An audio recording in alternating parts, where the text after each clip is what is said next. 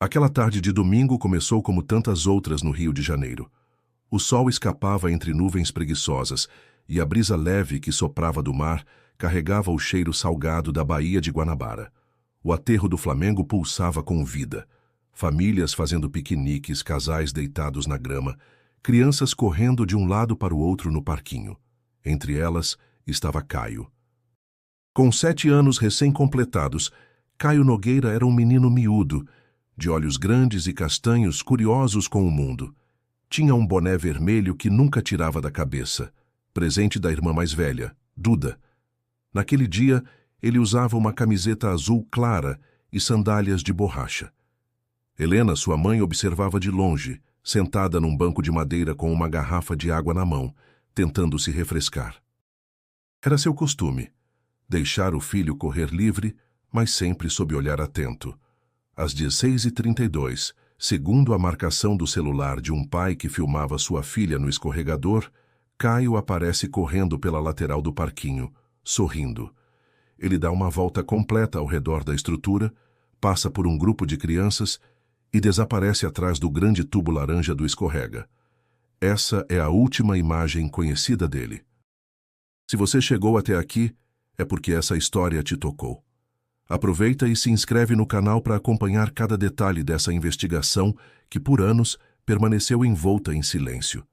Helena só percebeu que algo estava errado minutos depois. Chamou por Caio 1, 2, 5 vezes. Nada.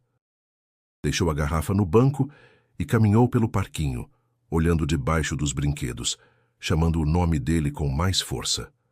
Pensou por um instante que ele tivesse se distraído com alguém conhecido, talvez ido pegar água. Mas o tempo passou. E Caio não voltou.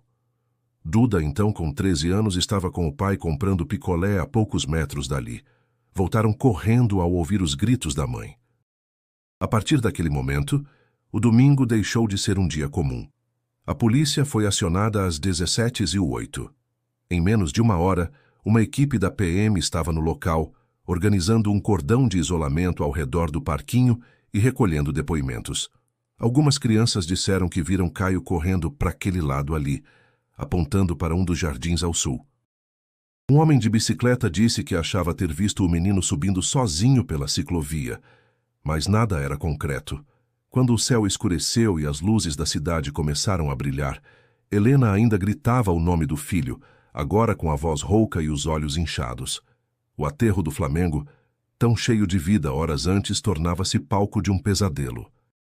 Nos dias que se seguiram, aquela imagem, a do menino correndo no parquinho com o boné vermelho, ganharia as manchetes, mas ninguém imaginava que seriam precisos 14 anos para que um objeto tão pequeno se tornasse a peça-chave de um mistério muito maior. Na manhã seguinte ao desaparecimento de Caio, o Rio acordou em estado de tensão. Nos noticiários locais, a imagem do menino com o boné vermelho já circulava com destaque, junto ao apelo desesperado de sua mãe. O caso começava a se espalhar como um fogo lento, alimentado pela angústia coletiva. Era impossível olhar para aquela foto e não se perguntar: como uma criança podia simplesmente desaparecer em plena luz do dia, num dos lugares mais movimentados da cidade? As buscas começaram cedo. Equipes da Polícia Civil, bombeiros e guardas municipais vasculharam cada canto do aterro do Flamengo. Mergulhadores foram enviados para as margens da baía. Cães farejadores foram usados na tentativa de seguir o rastro de Caio. Helicópteros da PM sobrevoaram a área durante a tarde, enquanto policiais conversavam com frequentadores regulares do parque. Nenhum resultado. O inspetor responsável pelo caso, José Cláudio Pereira, concedeu entrevista dizendo que não havia indício de sequestro e que todas as hipóteses estavam sendo consideradas. Era uma declaração genérica, mas suficiente para alimentar ainda mais o burburinho.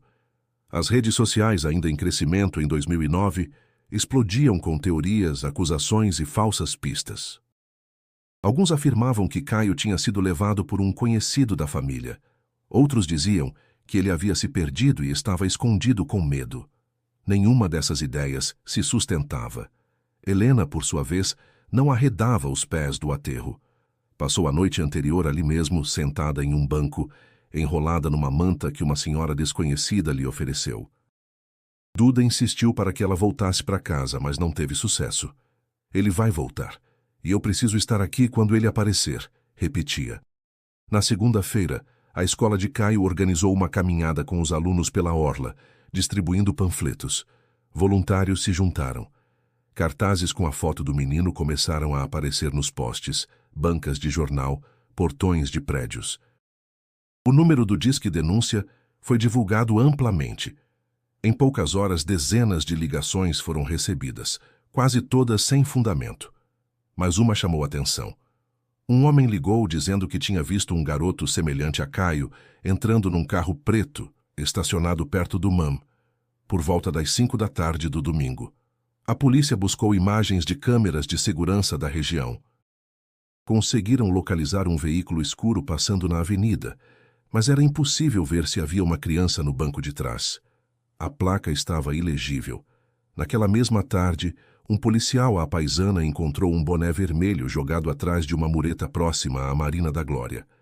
Helena foi chamada imediatamente, mas ao ver o objeto negou com firmeza. Não é dele.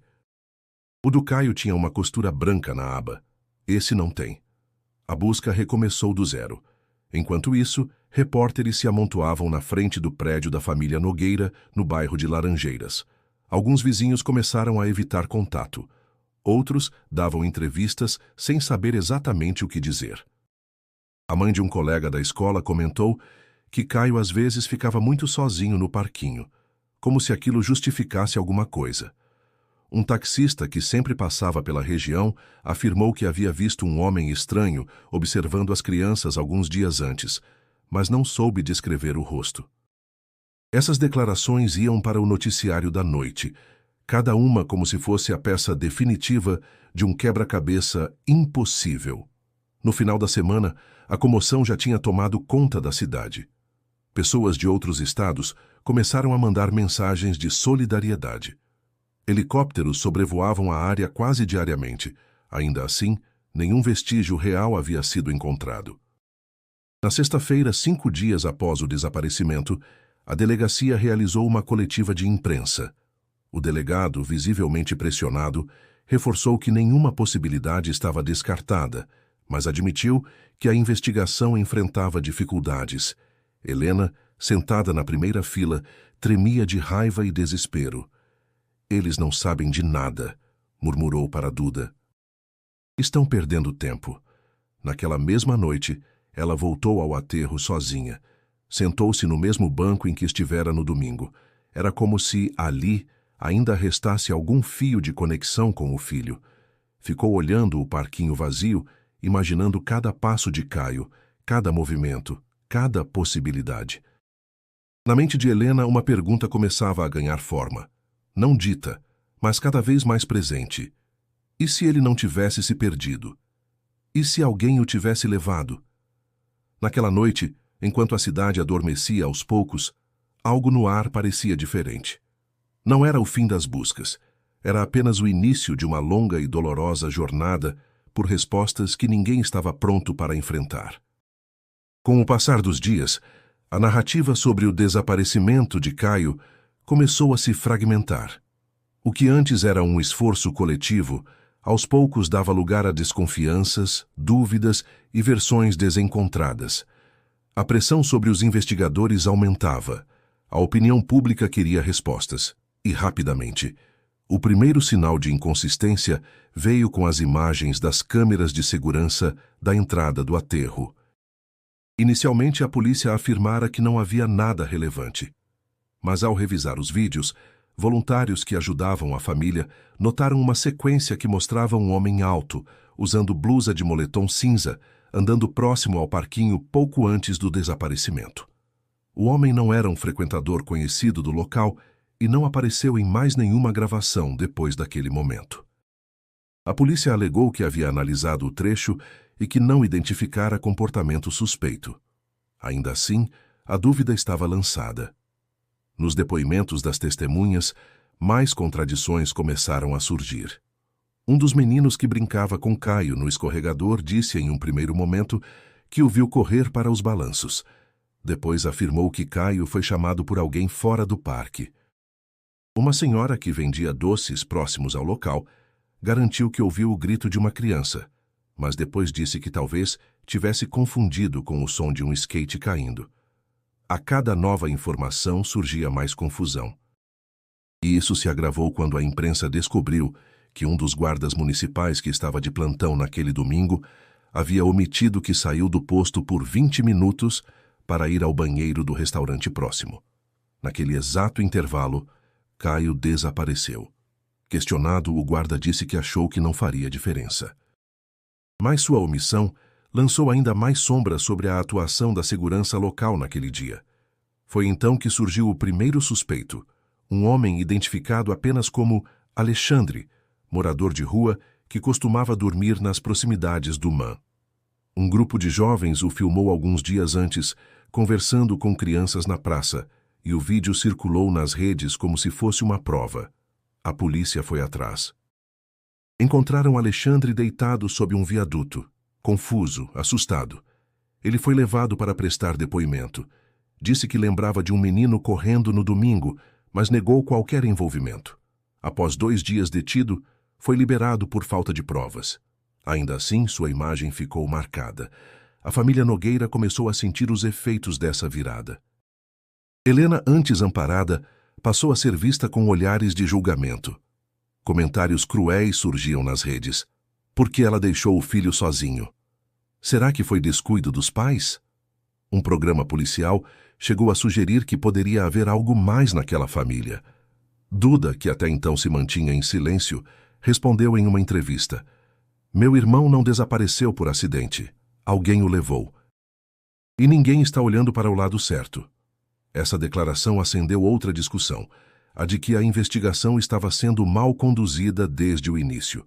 Um ex-delegado aposentado comentou em uma matéria que o local do desaparecimento não fora isolado de forma adequada e que as primeiras horas, fundamentais em casos assim, haviam sido mal aproveitadas. Não houve perícia nos brinquedos, nem coleta imediata de impressões digitais. Helena, cada vez mais abatida, começou a fazer anotações por conta própria. Tinha um caderno onde listava horários, nomes, detalhes aparentemente pequenos. Passava horas no aterro, conversando com pessoas tentando reconstruir os minutos finais antes do sumiço. Mas quanto mais perguntava, mais percebia que algo não encaixava. Pequenos detalhes escapavam a todos. O boné, por exemplo. Por que ele nunca apareceu, nem mesmo entre os objetos recolhidos pela polícia? Se Caio tivesse caído em algum lugar ou fugido, ele o teria perdido. Um dia, enquanto caminhava sozinha, Helena foi abordada por um homem de terno escuro. Disse que era advogado e que representava um interesse privado no caso. Ofereceu ajuda jurídica, alegando que muitos erros haviam sido cometidos. Quando ela recusou, ele apenas respondeu: "Então cuidado com o que você continua procurando." A frase ficou ecoando em sua cabeça por dias. A verdade parecia estar em algum lugar entre aquelas versões confusas, entre as imagens ignoradas e as perguntas não feitas. E por mais que o tempo começasse a esfriar a comoção pública, para Helena, o calor da dúvida só aumentava. Ela sabia que algo estava errado e que alguém em algum lugar tinha medo do que poderia vir à tona. Com o passar das semanas, o caso Caio foi sendo lentamente empurrado para o fundo das prioridades da polícia. A delegacia responsável já lidava com uma pilha crescente de inquéritos não resolvidos. Os repórteres que antes se aglomeravam em frente ao prédio dos Nogueira agora seguiam em busca de novas manchetes. O espaço que Caio ocupava nas telas foi encolhendo, até quase desaparecer. A primeira transferência aconteceu no fim de julho. O inspetor José Cláudio Pereira, que desde o início comandava a investigação, foi substituído. Segundo a nota oficial, tratava-se de uma mudança administrativa de rotina. Mas nos bastidores, murmurava-se que a condução do caso havia desagradado autoridades superiores. Para a família Nogueira, foi mais um golpe. Com a troca, parte da equipe também foi dispensada. Os novos investigadores demoraram semanas até se inteirarem dos detalhes. Muitos documentos foram arquivados. Algumas pistas foram simplesmente ignoradas. Helena tentava manter o ímpeto, mas a exaustão cobrava seu preço. Já não dormia direito, não comia como antes. Em sua mesa, acumulavam-se papéis, recortes de jornais, fotos impressas, anotações à mão. Passava horas em frente ao computador, lendo sobre desaparecimentos, investigando casos semelhantes, trocando e-mails com pessoas que ofereciam ajuda ou vendiam falsas esperanças. A distância entre ela e Duda também crescia. Adolescente, sentindo-se invisível, começou a se ausentar de casa por longos períodos. Voltava tarde, não respondia às mensagens, evitava olhar nos olhos da mãe. Num fim de tarde, explodiu. Você só fala do Caio, como se eu não existisse mais. Helena tentou se explicar, mas sua voz soava fraca. Ela sabia que Duda estava certa em parte. Desde o desaparecimento, tudo girava em torno daquela ausência insuportável. E nesse giro, ela perdera a noção de quem ainda estava ali, do que ainda podia ser salvo. O pai de Caio, Maurício, voltara ao trabalho depois de um mês afastado. Era gerente de uma concessionária, e fingir normalidade parecia sua forma de sobreviver. Mas os silêncios dele diziam mais que suas palavras. Às vezes, entrava no quarto do filho, sentava-se na cama e ficava ali, olhando para os brinquedos, para as paredes decoradas com adesivos. Não chorava, não falava. Apenas existia naquele espaço vazio. Ao mesmo tempo, novas versões e boatos continuavam circulando. Um deles afirmava que Caio havia sido levado por um conhecido da família. Outro dizia que ele estava vivo, mantido em cativeiro por uma seita. Havia até quem insinuasse que tudo não passava de um plano elaborado para desviar a atenção de algo maior. Helena já não reagia a essas teorias. Sabia que parte do mundo se alimentava do sofrimento alheio. Certo dia recebeu uma carta sem remetente. Escrita à mão dizia apenas: nem tudo que se procura deve ser encontrado. As letras eram firmes, calculadas. Ela mostrou à polícia, mas o documento foi arquivado como irrelevante. Segundo o novo delegado, era apenas mais um trote. A ausência de respostas também atingia os voluntários. Muitos começaram a se afastar. A energia dos primeiros dias se dissipava, consumida pela impotência e pela burocracia. Os panfletos já não eram mais distribuídos. Os mutirões de busca haviam cessado. A cidade parecia disposta a esquecer. Na escola de Duda, os colegas evitavam comentar o assunto. Professores a tratavam com uma delicadeza excessiva, como se ela fosse feita de vidro. Isso a deixava furiosa. Não quero piedade, dizia. Mas no fundo sentia-se quebrada. Sentia que ninguém era capaz de compreender o buraco que havia se aberto dentro dela. Num domingo à noite, enquanto arrumava a estante da sala, Maurício encontrou uma fita cassete antiga, de quando Caio tinha 5 anos. Colocou para tocar. A voz do menino, rindo e cantando uma música boba, preencheu o ambiente. Helena apareceu na porta e parou imóvel. Duda, que vinha do corredor, ouviu e congelou. Por um instante, os três estavam juntos, ligados por um som que vinha do passado, como um fio frágil tentando segurar o que ainda restava. Mas o som acabou, e com ele veio de novo o silêncio. Um silêncio mais pesado, mais espesso. Um silêncio que não era apenas ausência de ruído, mas de esperança. Naquele momento, Helena percebeu. O tempo não traria respostas por conta própria, e se a polícia já desistira, ela não podia fazer o mesmo, mesmo que isso custasse tudo o que ainda lhe restava. 7 anos se passaram desde o desaparecimento de Caio. A vida, ainda que hesitante, seguiu seu curso. Mas em nenhum momento voltou a ser como antes. Duda agora tinha 20 anos. Cursava jornalismo em uma universidade pública e morava em um pequeno apartamento alugado em Botafogo, financiado com a ajuda dos avós. Tentava viver. Saía com amigos, frequentava aulas, sorria quando conseguia. Mas, no fundo, carregava uma sombra que nenhuma nova fase conseguia apagar. Não falava mais com o pai. Maurício havia se mudado para Minas Gerais 2 anos antes, após o divórcio definitivo com Helena. Os dois raramente se comunicavam. Ele tentava refazer a vida em silêncio, distante da cidade que lhe tirara o filho. Helena, por outro lado, permanecia no mesmo apartamento, com as mesmas paredes, os mesmos quadros, o mesmo quarto de Caio intacto. Ela nunca desistiu, nunca parou de buscar. Mesmo quando o corpo cedia, a mente insistia em permanecer em alerta. Mantinha contato com grupos de mães de crianças desaparecidas, trocava informações, lia relatos, comparava características. Já havia seguido dezenas de pistas falsas.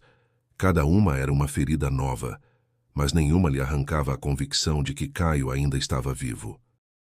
Naquela altura, a maioria das pessoas já tratava o caso como encerrado, um daqueles tristes mistérios urbanos sem solução. Mas Helena se recusava a permitir que o nome do filho se tornasse estatística, e foi essa persistência que a levou a cruzar caminhos com alguém inesperado. Numa tarde chuvosa de setembro, enquanto esperava o ônibus no ponto da Rua do Catete, Helena foi reconhecida por um homem de cabelos grisalhos, olhar atento e modos reservados. Chamava-se Arthur Diniz. Tinha sido investigador da Polícia Civil por mais de 30 anos, agora aposentado. Ele se apresentou com discrição, mas suas palavras prenderam a atenção de Helena imediatamente. "A senhora é a mãe do Caio, não é?" Ela assentiu, surpresa. "Eu me lembro do caso. Nunca entendi por que ele foi encerrado tão rápido." Helena o olhou com desconfiança. Já tinha ouvido muitas abordagens parecidas, mas algo naquele homem transmitia uma solidez diferente. Ele não falava como curioso. Falava como alguém que ainda carregava o peso do ofício. Arthur pediu permissão para visitá-la. Disse que não prometia nada, mas gostaria de reler os arquivos, rever os documentos, talvez enxergar o que outros deixaram passar. Helena hesitou, mas aceitou. Dias depois, sentaram-se na sala iluminada pelo abajur antigo, cercados de pastas, recortes e anotações rabiscadas. Arthur folheava cada página com calma, anotava detalhes, perguntava coisas que há muito não eram ditas. Percebeu contradições, lacunas, tempos mal registrados, mas o que mais lhe chamou a atenção foi o tom de abandono nos relatórios finais. Era como se, de repente, tivessem deixado de se importar. "Isso aqui não é encerramento, é desistência", murmurou. Enquanto isso, Duda, sem saber do reencontro da mãe com Arthur, seguia sua própria trajetória. Durante uma aula de reportagem investigativa, recebeu a tarefa de elaborar uma pauta real. Escolheu, por impulso, o caso do irmão. Não contou ao professor o grau de envolvimento pessoal. Queria ver até onde conseguiria ir, como se fosse só mais uma estudante curiosa. Começou a revisitar arquivos antigos de jornais, boletins de ocorrência, entrevistas. Foi então que cruzou pela primeira vez com um nome que ela mesma nunca ouvira na época: Bruno Gadelha, jornalista investigativo, autor de uma série de matérias sobre o desaparecimento de Caio nos primeiros meses de investigação. Duda anotou o nome, mas não foi além naquele momento. Ainda não sabia que esse nome voltaria mais forte adiante. Na casa da mãe, Arthur continuava revisando os registros. Numa das caixas empilhadas, encontrou algo peculiar. Uma folha plastificada com uma impressão de tela, retirada de uma filmagem do parquinho. A imagem mostrava crianças correndo. Ao fundo, algo que a polícia nunca mencionou oficialmente. Uma silhueta borrada, parcialmente oculta, que parecia observar as crianças de longe. Arthur ficou em silêncio por um tempo, analisando. Depois perguntou: "Quem identificou isso?" Helena respondeu com voz baixa: "Ninguém, fui eu quem imprimi, achei estranho, mas disseram que era irrelevante." Arthur não respondeu de imediato, mas seu olhar endureceu. Pela primeira vez em anos, algo dentro dele se acendeu de novo. Aquela imagem podia não dizer nada à primeira vista. Mas para olhos experientes, era o suficiente para saber que aquilo não era simples coincidência. E quando os olhos certos voltam a enxergar, o que estava perdido pode finalmente começar a ser encontrado. Arthur Diniz passou as semanas seguintes mergulhado em arquivos que pareciam esquecidos até pela própria polícia. Com a autorização de Helena, Escaneou documentos, reorganizou cronologias, cruzou horários e depoimentos. Trabalhava com precisão cirúrgica, como se cada detalhe pudesse conter uma resposta, e aos poucos o padrão de negligência da investigação começava a se revelar. Um dos primeiros pontos que lhe chamou a atenção foi a inconsistência nos horários registrados, nos depoimentos colhidos no dia do desaparecimento. 3 testemunhas alegaram ter visto Caio entre 16h20 e 16h30, todas em pontos distintos do parque. Mas a filmagem do celular, aquela que mostrava o menino correndo pelo parquinho às 16h32, contradizia esses relatos. Como ele poderia estar em 3 lugares ao mesmo tempo? Mais estranho ainda, uma dessas testemunhas nunca foi localizada para uma segunda entrevista. Um homem identificado como Geraldo, que vendia balões no local, deixou de frequentar a área semanas depois e desapareceu do radar. Arthur anotou o nome, decidiu que rastrearia esse homem depois. Mas foi ao reler os relatórios da perícia técnica que Arthur sentiu um incômodo real. O vídeo gravado pela câmera de segurança lateral, aquela que mostrava a silhueta parcialmente escondida, nunca foi oficialmente citado em laudo algum. Não havia referência ao trecho, nenhuma análise, nenhum print extraído, nada. E foi isso que o levou até Bruno Gadelha. Gadelha trabalhava então como freelancer, escrevendo para um jornal de médio porte hoje extinto. Depois de meses cobrindo o caso, suas matérias deixaram de ser publicadas, segundo ele próprio, por pressões de cima. Mas os arquivos digitais estavam guardados. Quando Arthur entrou em contato, o jornalista hesitou. Já tinha sido procurado por curiosos, conspiradores, oportunistas. Mas ao saber que era um ex-policial interessado apenas na verdade, decidiu abrir suas pastas. Reencontraram-se num café discreto, longe do centro. Arthur explicou sua leitura da situação. Bruno escutou com atenção, e quando mencionou a imagem da silhueta, o jornalista parou de mastigar e disse em voz baixa: "Eu vi esse vídeo, mas ele foi editado." Arthur arqueou as sobrancelhas. Bruno continuou. A versão entregue à imprensa tinha cortes, trechos que sumiram. Consegui uma cópia bruta, direto de um técnico que trabalhava com manutenção de segurança do parque.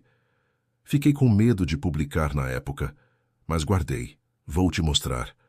Horas depois, na pequena sala improvisada de seu apartamento, Bruno exibiu o vídeo. Arthur assistiu em silêncio. A câmera, posicionada lateralmente ao parquinho, registrava uma sequência contínua. Crianças brincando, Caio passando correndo, e então, no canto inferior da imagem, uma figura parcialmente visível. Moletom cinza, boné escuro, parado atrás da estrutura metálica de um bebedouro. A imagem era tremida em baixa resolução, mas era suficiente para causar calafrios. Isso nunca apareceu nos noticiários, disse Arthur. Bruno assentiu. Foi apagado, não por falha, por escolha. Arthur voltou a assistir o vídeo, desta vez em câmera lenta. O homem não se move, mas parece observar cada passo de Caio. Segundos depois, o menino some da imagem indo em direção ao escorrega. O homem também desaparece. Não há registro de sua saída. Aquilo mudava tudo. Alguém esteve ali, e alguém não queria que isso fosse visto. Arthur pediu uma cópia da gravação. Bruno entregou sem hesitar, mas fez um alerta. Se você for atrás disso, vai mexer com gente que preferiu enterrar a história. E não é só pela incompetência da polícia, não. Naquela noite, Arthur voltou para casa com a mente em ebulição. Reviu cada etapa da investigação. A polícia descartara testemunhas, ignorara inconsistências, editara vídeos. Tudo isso podia ser apenas reflexo de desorganização, ou algo muito mais grave. Decidiu então que era hora de reabrir caminhos por conta própria. Começaria pelos arquivos das câmeras de vigilância da Marina da Glória, onde Caio poderia ter passado. Também buscaria registros antigos de funcionários terceirizados do parque, especialmente os que trabalhavam em manutenção e segurança. Nomes que não apareceram nos autos. Mas antes disso, precisava contar a Helena e mostrar aquela imagem. Ela assistiu ao vídeo 3 vezes. Ao fim, segurava o rosto entre as mãos em silêncio. Eu sabia, disse por fim. Sempre soube que ele não sumiu sozinho. E pela primeira vez em muito tempo, Helena teve a certeza de que ainda havia o que buscar. O tempo pode ser cruel, mas a verdade, quando existe, não desaparece. Só se esconde, à espera de quem insista em procurá-la. O vídeo bruto, não editado, tornou-se o centro da investigação particular de Arthur. A imagem era tosca, granulada, sem foco definido. Mas bastava assistir com atenção para notar o que importava. A presença de uma figura estranha, imóvel, quase imperceptível atrás do bebedouro do parquinho. Moletom cinza, boné escuro, parado por quase 2 minutos, observando as crianças, especialmente Caio. Arthur passou dias analisando quadro a quadro. Tentou isolar o rosto, mas a resolução não permitia. Mesmo assim, havia um padrão. A posição da cabeça indicava um foco constante. Caio. Quando o menino se afasta, o homem se move pela primeira vez, sumindo no canto da tela. O tempo de desaparecimento bate com os minutos em que o menino deixa de ser visto. Era a peça que a polícia jamais levou a sério. Bruno Gadelha, atento às descobertas, propôs aprofundar a investigação jornalística. Mas Arthur o advertiu. Ainda era cedo para ir à imprensa. Se alguém realmente havia editado o vídeo de forma proposital, revelar que existia uma cópia original poderia destruir o fio de esperança que restava. Precisavam ir com calma. Juntos, decidiram procurar registros daquele dia. Bruno conseguiu, com um contato antigo, acesso parcial aos dados do circuito interno de segurança da administração do parque. Muitos arquivos haviam sido apagados, mas entre eles, um nome apareceu mais de uma vez. A. Ferreira. Era o técnico de manutenção responsável pelo sistema de câmeras na época. Bruno o localizou em um bairro da Zona Oeste. Hoje aposentado, Ferreira trabalhava como segurança noturno em um estacionamento. No início, negou qualquer irregularidade, mas após insistência de Arthur, seu semblante mudou. Eu não posso falar sobre isso, disse olhando em volta. Você pode, retrucou Arthur, porque agora não é mais sobre sigilo. É sobre um menino que nunca voltou para casa. Ferreira respirou fundo. Olhou nos olhos dos dois e disse: pediram para cortar trechos. Disseram que não mostravam nada relevante e que só iam atrapalhar a investigação. Eu só obedeci. Não achei que fosse sério assim. Quem pediu? Insistiu Bruno. Não lembro o nome. Só sei que era alguém da delegacia. Um homem fardado, mas que não era de lá. Veio acompanhado de um civil. Assinou um papel e levou a cópia do vídeo. Arthur sabia o que aquilo significava. Alguém com autoridade ordenou a edição. E alguém com interesses desconhecidos supervisionou pessoalmente a remoção. O caso Caio não fora apenas mal investigado. Fora manipulado. No dia seguinte, Arthur levou o vídeo até um especialista em edição forense. O objetivo, tentar restaurar ao máximo os quadros com a silhueta. O resultado não revelou o rosto, mas expôs um detalhe essencial. O boné usado pela figura era vermelho. A aba, branca. Exatamente como o boné de Caio. Aquilo causou calafrios. Por anos, aquele objeto havia sido considerado apenas uma peça de roupa comum. Nunca foi encontrado, e agora surgia na cabeça de um homem desconhecido, parado atrás de um bebedouro, segundos antes do desaparecimento. Helena foi a primeira a saber. Eu reconheço esse boné, disse com a voz firme. Esse boné era do Caio. Ele não emprestava para ninguém, nem para a irmã. Tem certeza? Ela não hesitou. Absoluta. Arthur, então, traçou uma nova linha de raciocínio. E se o boné foi visto com outro homem antes do sumiço ser oficialmente reconhecido? E se ele já havia sido tirado de Caio minutos antes? Ou pior, e se quem o usava estivesse com ele no colo, fora do campo de visão da câmera? A pergunta agora deixava de ser quem levou Caio e passava a ser por que esconderam quem o levou. Bruno, atento a cada evolução, sugeriu investigar quem tinha acesso àquele ponto do parque sem ser notado. A estrutura onde a figura aparece escondida era próxima de uma entrada lateral, usada apenas por funcionários. Pouca gente sabia disso. E era por ali que passavam os técnicos, jardineiros e seguranças terceirizados. Arthur fez uma lista de todos os funcionários cadastrados naquele mês. Cruzou nomes com registros civis.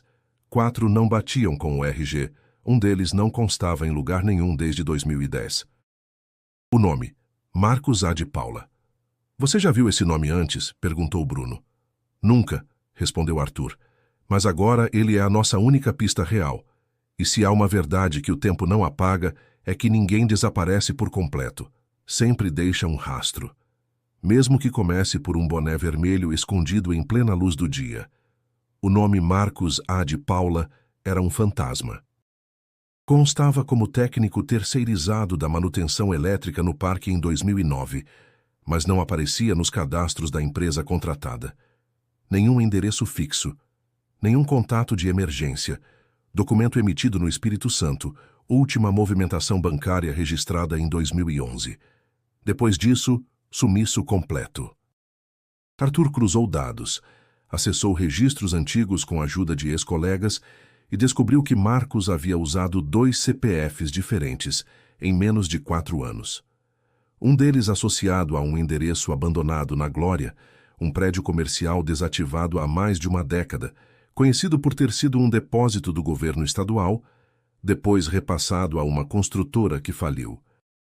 Desde então, ninguém reivindicava o local. Na manhã seguinte, Arthur foi até lá com Bruno.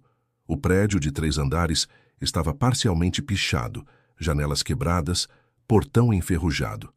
Um morador de rua indicou que ninguém entrava ali há anos, mas o cadeado novo na grade indicava outra coisa. Isso aqui está fechado há pouco tempo, disse Arthur examinando a corrente. Alguém ainda entra aqui. Com um alicate e certo esforço, abriram o portão e subiram os degraus de concreto, cobertos por folhas secas. No segundo andar, encontraram salas vazias, sujeira acumulada, papéis antigos espalhados. Mas foi no terraço que o silêncio se rompeu. A caixa d'água, de concreto grosso, coberta com tampa de ferro oxidado, estava parcialmente aberta. O cheiro que vinha de lá era forte, mas não de decomposição. Era de mofo, umidade, ferrugem antiga. Bruno iluminou com a lanterna do celular e Arthur se aproximou. Dentro da caixa, ao fundo, algo flutuava. Uma peça de tecido desbotada pelo tempo. Com uma vara improvisada, puxaram o objeto. Era um boné, vermelho, com a aba branca. Exatamente como o de Caio. A respiração de Arthur ficou pesada. Bruno empalideceu. Helena foi chamada imediatamente. Quando chegou, não conseguiu dizer nada. Apenas segurou o boné com as mãos trêmulas. Mesmo encharcado, sujo, o bordado com as iniciais CN ainda era visível na lateral.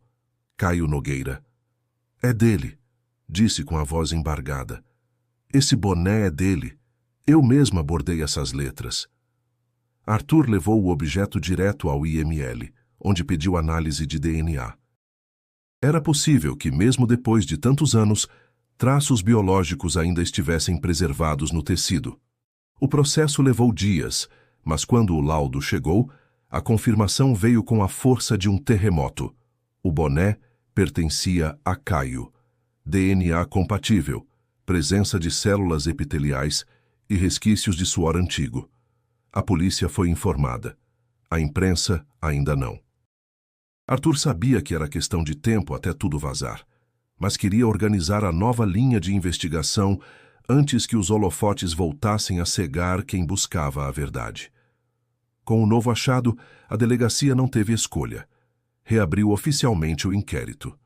Mas agora o tom era outro.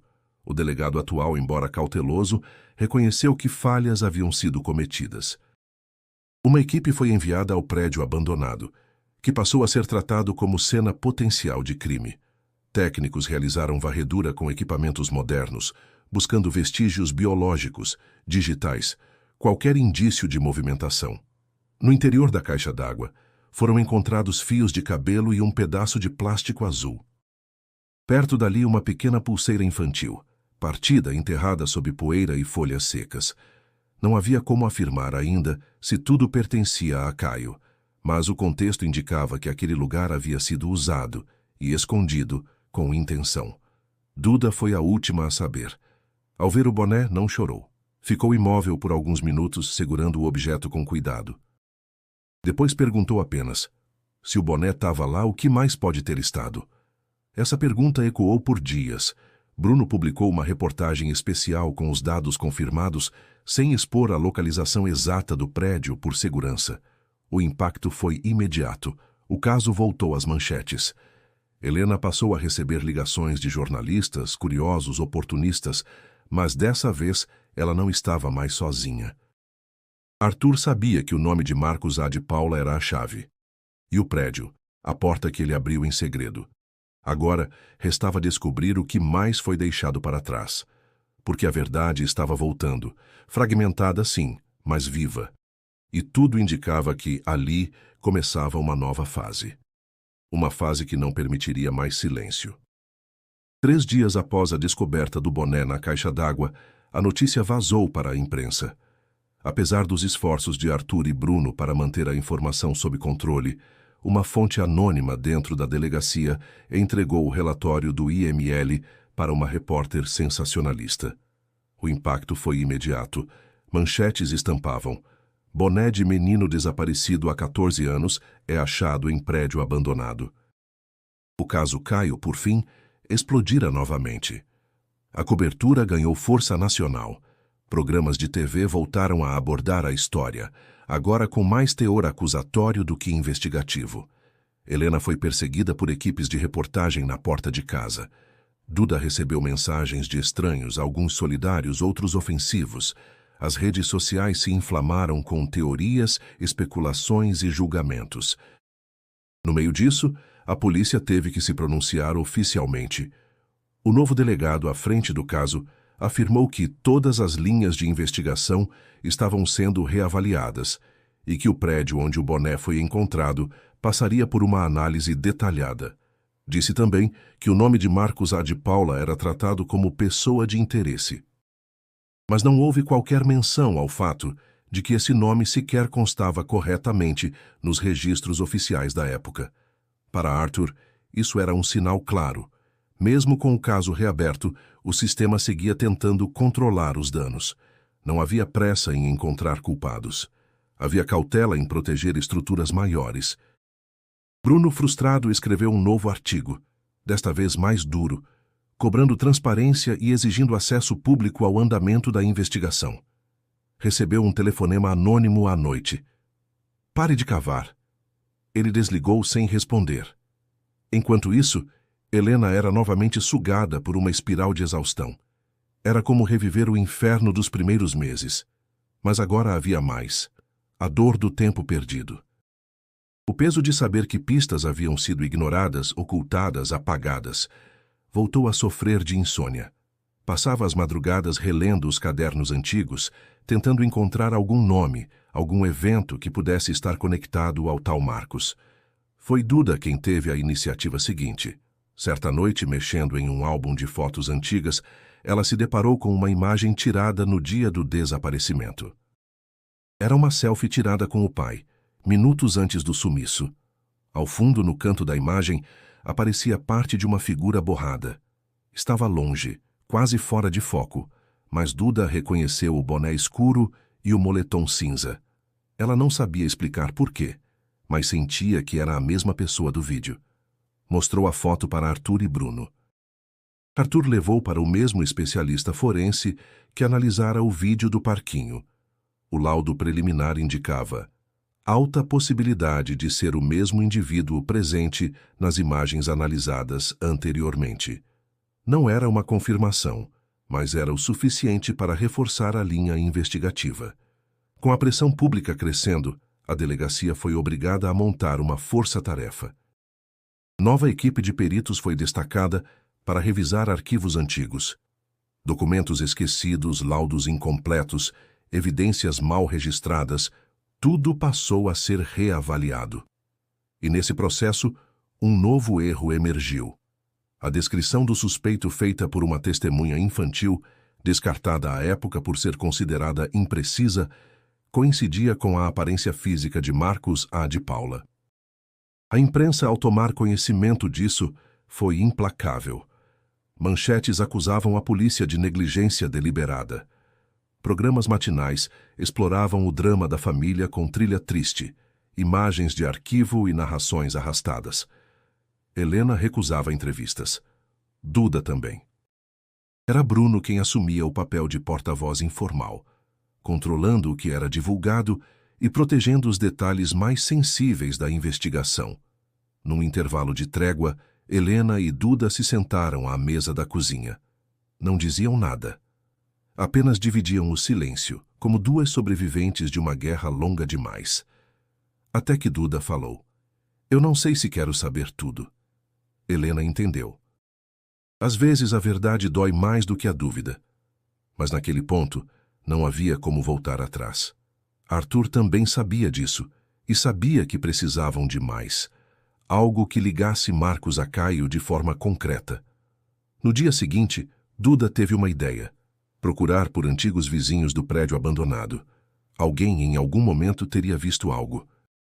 E talvez agora, com o caso em evidência, estivessem dispostos a falar.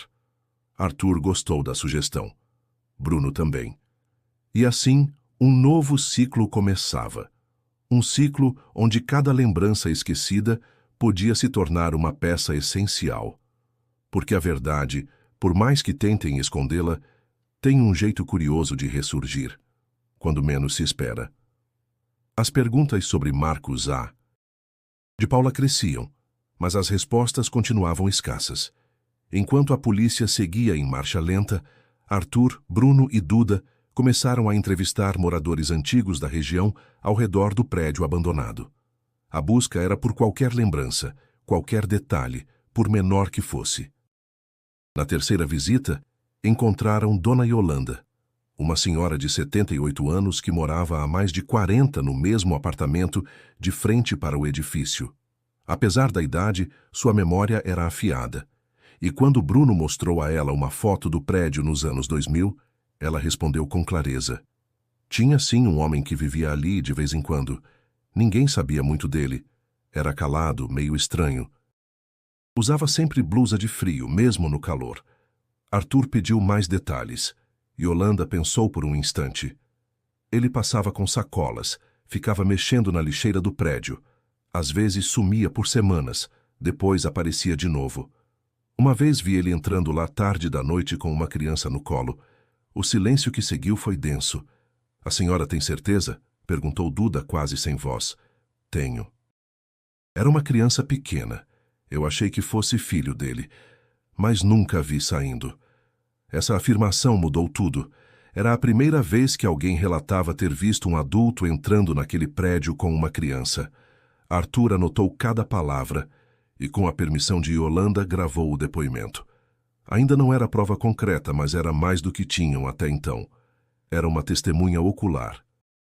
Bruno, inquieto, decidiu investigar ainda mais fundo. Vasculhou arquivos esquecidos do jornal onde trabalhava e encontrou 2 casos antigos que jamais haviam sido conectados. O desaparecimento de uma menina de 6 anos em 2004, também na Zona Sul, e o de um menino de 5 em 2006. Ambos sumiram em locais públicos, ambos em circunstâncias semelhantes. Brechas de vigilância, falta de testemunhas, pouca repercussão. Nos 2 casos, a investigação foi inconclusiva. Mas o que chamou a atenção de Bruno foi que ambos os boletins continham, nos anexos, citações a um homem de moletom cinza visto por perto. Em um deles, até mencionava-se um boné escuro. As coincidências eram demais para serem ignoradas. Arthur reuniu as informações e apresentou a nova equipe da Força-Tarefa. Pela primeira vez, os investigadores admitiram a possibilidade de conexão entre os casos. O delegado autorizou a reabertura dos 2 inquéritos antigos. Era o início de algo maior do que qualquer um deles havia imaginado. Enquanto isso, Helena, mesmo em silêncio, observava tudo com atenção. Ela já não participava diretamente das buscas, mas estava sempre a par. Naquela altura, não era mais apenas sobre Caio. Era sobre quantas outras mães haviam sido silenciadas e quantas outras crianças, como seu filho, haviam sumido sob os olhos de um sistema cego. Duda, mergulhada nas investigações ao lado de Bruno, passou a perceber algo que nunca havia considerado. O caso do irmão não era um erro isolado. Era parte de um padrão ignorado por anos, talvez por descaso, talvez por algo pior. Uma noite, enquanto digitava anotações, Duda se lembrou de um detalhe antigo. Algo que o pai dela mencionou uma vez, anos atrás, que um homem com jeito estranho tentara puxar conversa com Caio semanas antes do desaparecimento, enquanto eles estavam numa feira de bairro.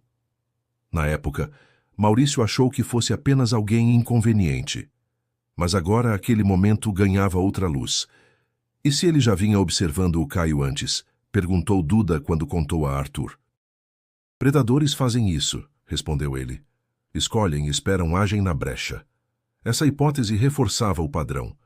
Os 3 desaparecimentos tinham algo em comum.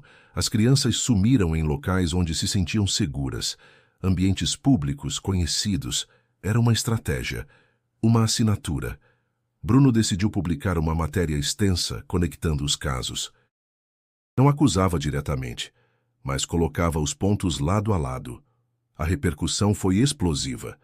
Pais de outras crianças desaparecidas começaram a escrever. Surgiram novos relatos. Algumas pistas, outras apenas ecos de dor, mas todas alimentavam a mesma certeza. Algo maior havia sido ignorado por tempo demais. E no centro disso, um nome que ninguém parecia ter coragem de pronunciar oficialmente. Marcos A. de Paula.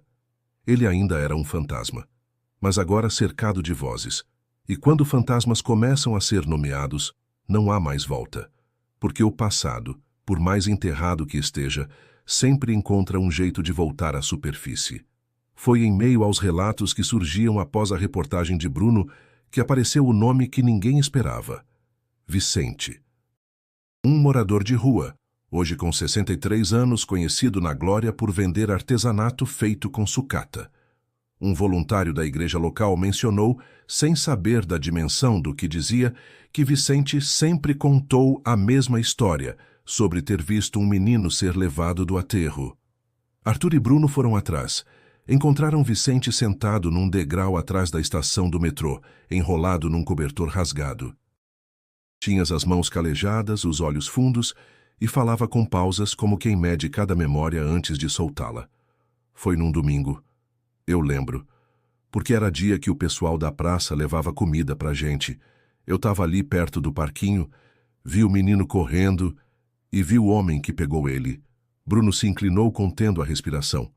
Pode contar, Vicente. Qualquer coisa que lembrar. Vicente fechou os olhos por um instante. Depois falou. Ele estava de moletom cinza, rosto meio coberto. Não puxou o menino à força, chamou pelo nome. O menino foi, e depois sumiram entre os arbustos. Ninguém percebeu. Todo mundo estava olhando para os brinquedos. Arthur trocou um olhar rápido com Bruno.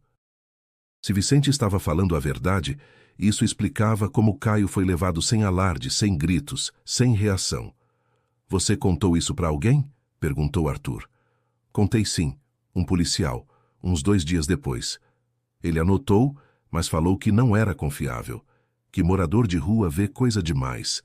Essa resposta caiu como pedra, um depoimento crucial, descartado por preconceito. E com ele, a possibilidade de identificar o homem dias após o crime perdida. Arthur gravou tudo, levou o áudio à força-tarefa e exigiu que Vicente fosse ouvido oficialmente. A polícia, pressionada pela opinião pública e agora também pela Procuradoria Estadual, aceitou. Durante o depoimento formal, Vicente repetiu tudo. Acrescentou um detalhe que não havia contado antes. O homem carregava uma mochila preta.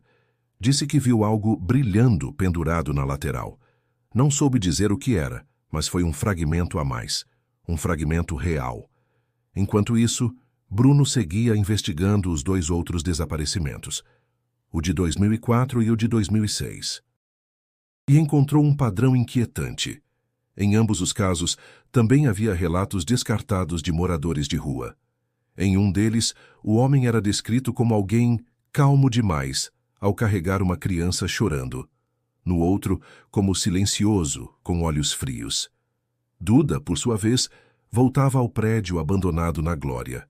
Algo a incomodava. Como ninguém nunca mais usou aquele lugar. Como ninguém escutou nada.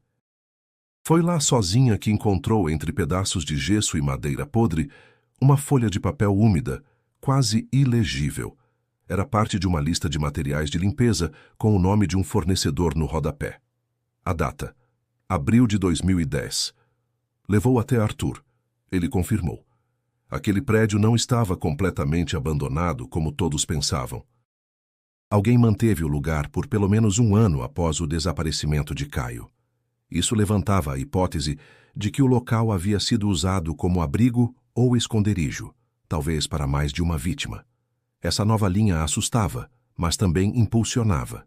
Bruno escreveu uma nova matéria com o título A Testemunha que Foi Ignorada.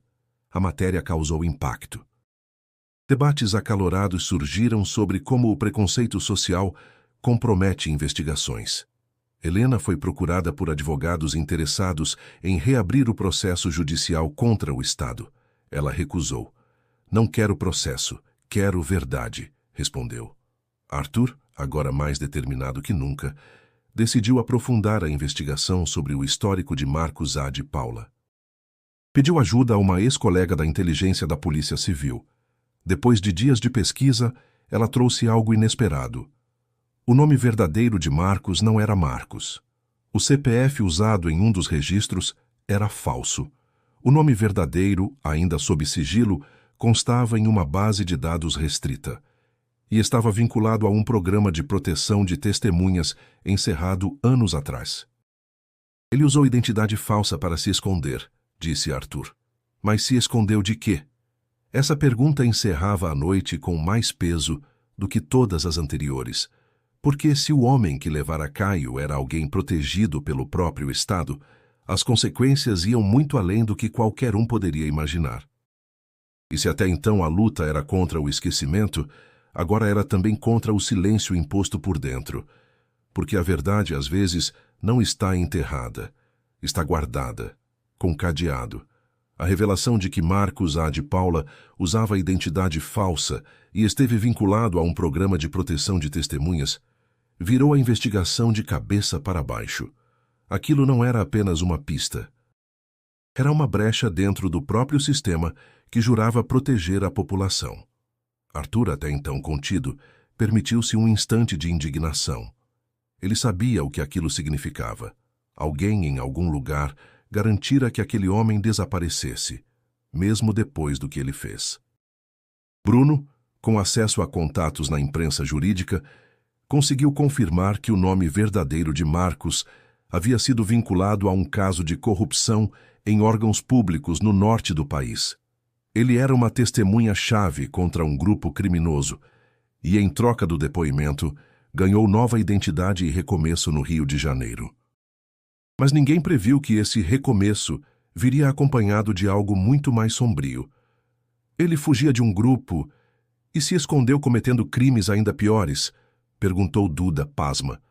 Arthur balançou a cabeça.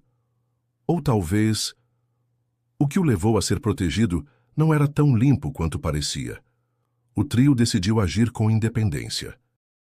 Com autorização da promotoria, obtiveram mandado para investigar a fundo o prédio da Glória.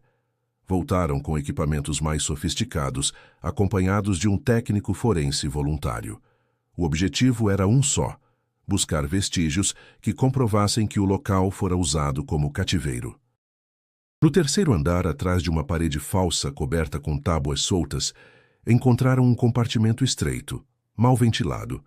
Havia um colchão velho, um brinquedo de plástico sujo e marcas riscadas na parede, como uma contagem de dias. Duda, ao ver aquilo, não conseguiu conter o choro. Isso aqui foi feito para alguém pequeno ficar muito tempo. Arthur não respondeu. Estava de joelhos, examinando o piso. Encontrou fios de cabelo enroscados no canto da madeira e fragmentos de tecido. Tudo seria enviado para análise. Mas o que mais chamou a atenção foi o que havia escondido dentro de uma lata de biscoito enferrujada. Uma foto 3 ou 4 de uma criança. Não era Caio. Era outro menino. Bruno segurou a imagem como se fosse uma prova viva. Quantas vítimas mais? A polícia foi acionada e assumiu o local como cena de crime múltiplo. Pela primeira vez, admitiram publicamente que investigavam a possibilidade de haver mais desaparecimentos conectados. Helena, informada por Arthur, escolheu não voltar ao prédio. Preferia guardar Caio como um menino sorridente do parquinho, mas sabia que aquela descoberta era necessária. Com a pressão aumentando, Arthur articulou com o Ministério Público uma forma de localizar Marcos, agora identificado pelo nome verdadeiro, Elias Moura. Segundo registros internos, ele deveria estar sob monitoramento, mas havia sumido do sistema em 2011. O que restava era um possível contato, um homem chamado Silas que havia assinado como referência pessoal no momento da inclusão no programa. Silas fora localizado na Baixada Fluminense. Era motorista de caminhão, ficha limpa, pai de 3 filhos. Quando questionado sobre Elias, seu rosto empalideceu. Ele sumiu, mas antes disso, deixou umas coisas comigo. Arthur pediu que ele explicasse. Silas conduziu o grupo até uma pequena garagem nos fundos da casa. Dentro de uma caixa plástica, havia documentos, cadernos com anotações e uma agenda de 2009. Em uma das páginas, rabiscado à caneta, estava escrito: Menino, vermelho, domingo, beber água, 16h30. Duda sentiu as pernas falharem. Aquela anotação parecia um plano. Tudo foi levado para a perícia. Nenhuma digital recente, mas o papel era original e a caligrafia batia com assinaturas antigas de Elias. Era mais uma peça, e uma das mais perturbadoras. Bruno, cauteloso, escreveu um novo artigo. O esconderijo no coração da cidade. Detalhava sem sensacionalismo a descoberta do cativeiro, os vestígios e o nome real do suspeito. O texto explodiu em repercussão. Outras famílias de desaparecidos começaram a relatar padrões semelhantes. Um grupo de mães organizou vigília em frente ao aterro do Flamengo, com fotos dos filhos que também nunca voltaram. E foi nesse clima de comoção e busca que Arthur propôs algo ousado: armar uma armadilha. Se Elias ainda está por perto, vai perceber que o cerco se fechou. Mas se ele pensa que ninguém sabe onde ele esteve, podemos fazer com que ele mesmo apareça, por medo ou por arrogância. O plano foi montado em silêncio. A equipe era reduzida. Tudo dependeria de um detalhe: o tempo. Porque a armadilha não seria apenas para capturar um homem. Era para confrontar um passado que, por 14 anos, se escondeu em plena luz. O plano de Arthur era claro, mas arriscado: provocar Elias sem que ele soubesse que estava sendo vigiado. A ideia era simples: plantar uma reportagem com informações específicas, revelando o mínimo necessário, mas sugerindo que uma testemunha-chave havia reconhecido seu rosto.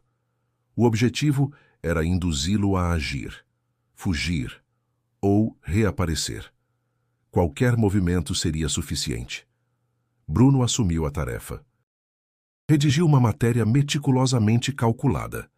Falava do prédio da Glória, mencionava a existência de um depoimento decisivo e deixava no ar que uma prisão poderia ser feita a qualquer momento.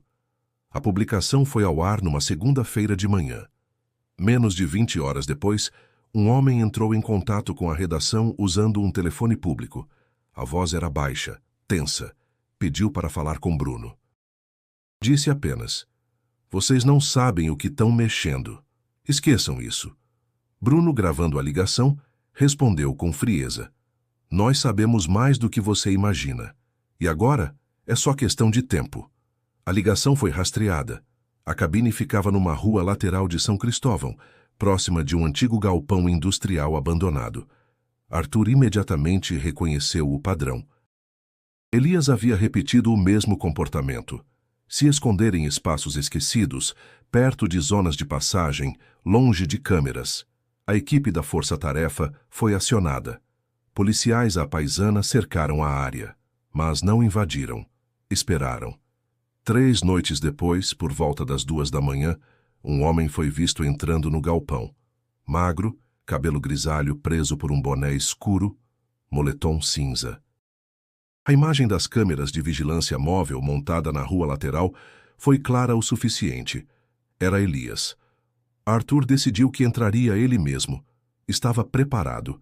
Levava um gravador escondido e microfone acoplado à camisa. 2 agentes o acompanhariam à distância. A ordem era não interferir, a menos que houvesse risco direto.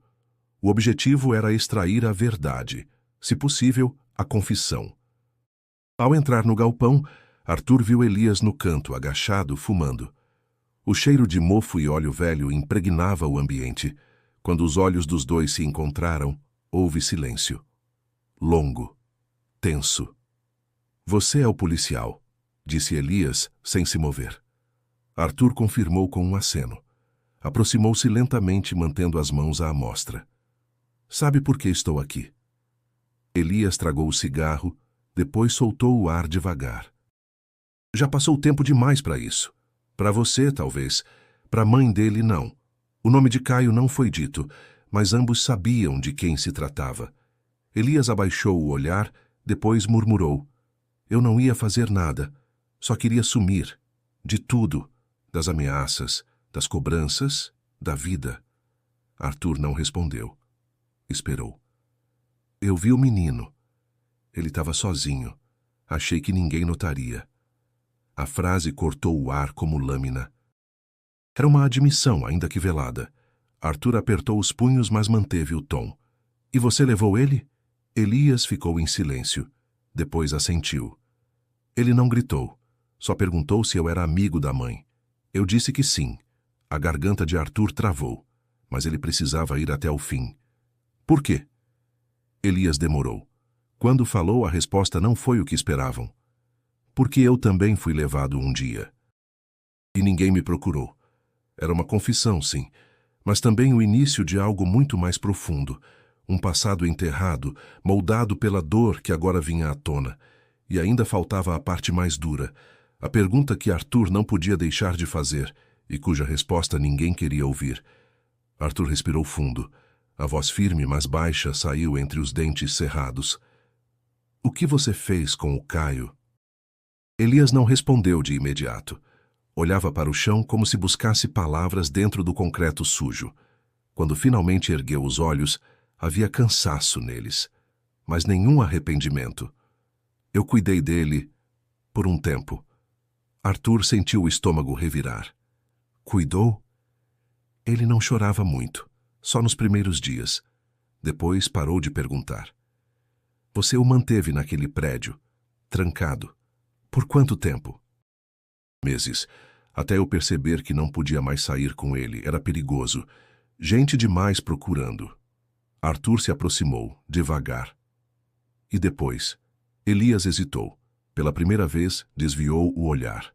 Parecia mais velho, mais frágil, mas as palavras ainda vieram como facadas. "Eu o deixei, em outro lugar. Um grupo me ajudou." "Que grupo?" "Gente como eu, que não aparece nos registros. Quer some por vontade própria, ou porque alguém mandou sumir." Arthur tentou não demonstrar, mas sabia que estava diante de uma rede, talvez maior do que podia imaginar. Mesmo assim, voltou ao ponto central. "O menino está vivo?" Elias o olhou. Um segundo apenas, mas bastou para Arthur saber a resposta mesmo antes que ela fosse dita. "Eu não sei." "Não sabe, ou não quer dizer?" "Ele foi levado, como eu fui um dia, para algum lugar longe daqui." Arthur engoliu seco. As mãos suavam, mas sua voz seguiu firme. "Então você entregou uma criança de 7 anos para desaparecer, como se fosse bagagem?" Elias não respondeu. Mas o silêncio falava por si. Minutos depois, a equipe tática entrou. Elias não resistiu. Foi algemado, levado em silêncio, como se já soubesse que aquele momento chegaria. No carro, olhou pela janela como quem se despedia de uma história mal contada. A confissão, ainda que incompleta, foi suficiente para formalizar sua prisão. O processo seria longo, mas havia algo mais valioso do que o encarceramento: a quebra do ciclo de silêncio. Pela primeira vez em 14 anos, alguém dizia em voz alta o que sempre fora sussurrado. Caio não desapareceu sozinho. Ele foi levado, ocultado, transferido de mão em mão.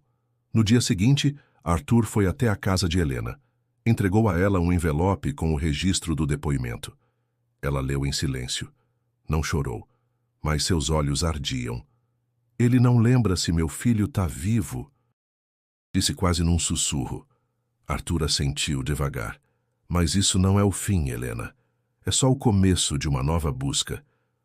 Na mesma semana, Duda pediu para visitar Elias na prisão. Seu pedido foi negado. Ainda assim, deixou com a defesa dele uma carta, escrita à mão. Uma única frase: se meu irmão ainda respira, eu vou encontrá-lo, com ou sem você.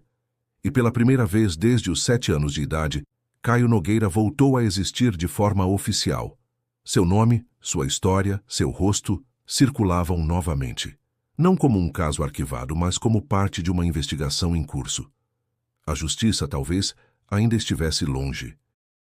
Mas a verdade, enfim, deixava de ser uma hipótese e começava a se tornar realidade. 14 anos depois, a imagem de Caio correndo no parquinho do aterro do Flamengo permanecia viva na memória de todos que acompanharam a busca.